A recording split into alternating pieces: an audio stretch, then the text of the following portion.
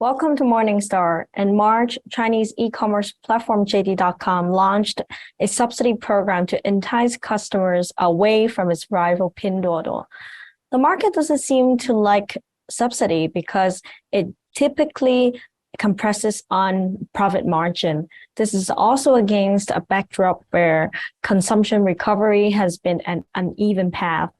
So how will these two names fare for the rest of the 2023? We are talking to Chelsea Tam, our senior equity analyst.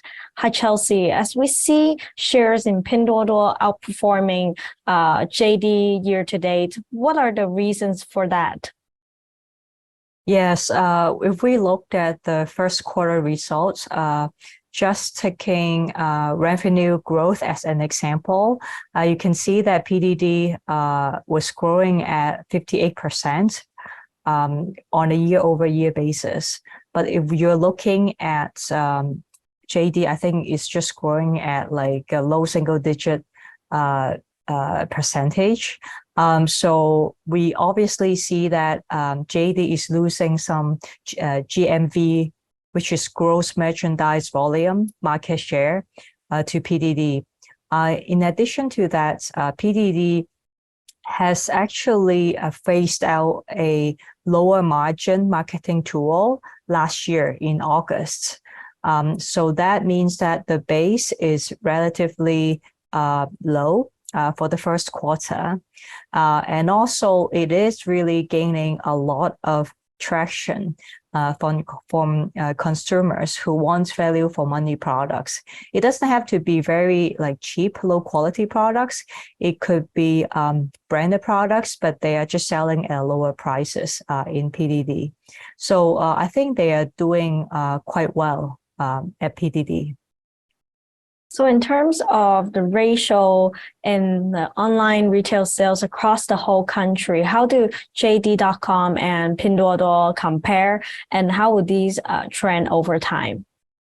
Yeah, so PD did not disclose its GMV last year, but we are now expecting that the GMV last year for both PDD and JD should be very, very similar. So that means that PDD increased in market share, and I think that JD probably lost some market share in the online shopping for physical goods markets. In the future, I mean, in the foreseeable future, we definitely see PDD continue to outperform because this year is a year of restructuring of many different kinds at JD. So it's very uncertain. And I think the management also expected that some kind of this kind of restructuring will lead to lower growth this year. In addition to that, we know that the real estate sector is not doing well in China at the moment. That also put pressure on the home appliances sales at JD. And also weaker consumer sentiments also put some pressure on smartphones, which is also a core category at JD. That said, we think that JD,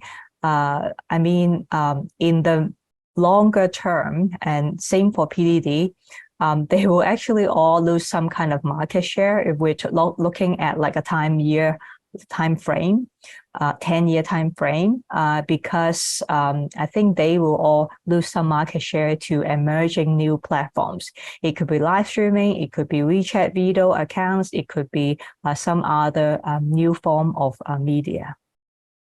You mentioned the current consumer sentiment being quite weak in some areas. Do you think PDD is actually favored under the current sluggish environment? Yeah, so I think it's quite obvious that this year consumption is picking up gradually. But then I think there is still some concerns on the budgets. Young people are having trouble finding jobs. The unemployment rate is still high. So it really does take time to recover. From VIP and from the actions of PDD, JD, and Alibaba, we all see that they want to push out some either lower price products or value for money products. So I think that trend should continue. And because PDD is the most well-known for value for money platforms, so I expect that will continue to drive GMV growth at PDD.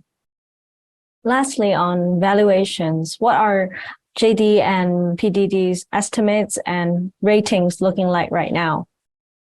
Yeah, so despite my relatively bearish view on JD relative to PDD in the short term, I think there's one thing that has not changed for JD is that it still has this unparalleled high quality logistics and delivery services that no other e-commerce platform has. So I think it continues to be a strength for this company. I think first-party GMV could slow down, which will lead to slower than expected improvement in margin coming from higher economies of scale. However, I think that in the long term, if we're looking at the long term, I think JD should be doing fine. JD has weathered such like some kind of underperformance before. So we believe that it will do well again. And for PDD, we continue to think that it's undervalued. I think I probably explained why we like PDD. Right. Thank you so much, Chelsea. For Morningstar, I'm Caitlin.